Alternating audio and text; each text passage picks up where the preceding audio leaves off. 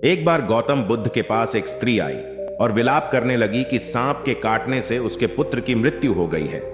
स्त्री अपने इकलौते पुत्र को जीवित कराने के लिए बार बार उनसे विनती कर रही थी। बुद्ध देव ने उससे प्रश्न किया, क्या तुम नहीं जानती कि इस संसार में जो भी जन्म लेता है उसका एक दिन अंत होना निश्चित है?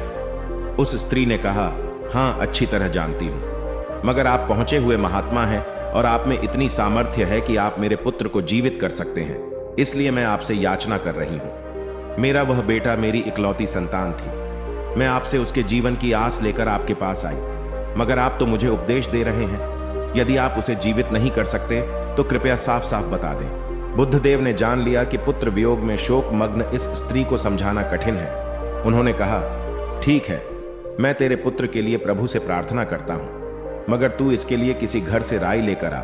लेकिन इस बात का ध्यान रखना कि जिस घर से तू राई लेकर आए उस घर में कभी किसी की मृत्यु नहीं हुई हो। स्त्री के मन में आशा का संचार हुआ।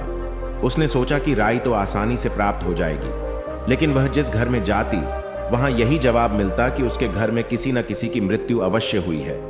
वह बेचारी थक गई, लेकिन किसी भी घर से राई नहीं मिली। उसे इस बात की समझ आ रही थी कि मृत्यु अटल एवं अवश्यम भावी है और उसका सामना किसी न किसी दिन हर एक को करना ही पड़ता है। थक हार कर वह बुद्ध देव के पास लौटी और उसने बताया कि उसे कोई ऐसा घर नहीं मिला जहां किसी की मृत्यु नहीं हुई हो, लेकिन अब अन्य लोगों के समान वह भी इस दुख का धैर्य और साहस पूर्वक सामना करेगी। तो दोस्तों, ये गौतम बुद्ध की ये कहानी आपको कैसी लगी मुझे कमेंट बॉक्स में लिखकर जरूर बताएं और मेरे इस चैनल को सब्सक्राइब भी कर लें ताकि इसी तरह की और प्रेरणादायक कहानियां मैं आपके लिए लेकर आ सकूं।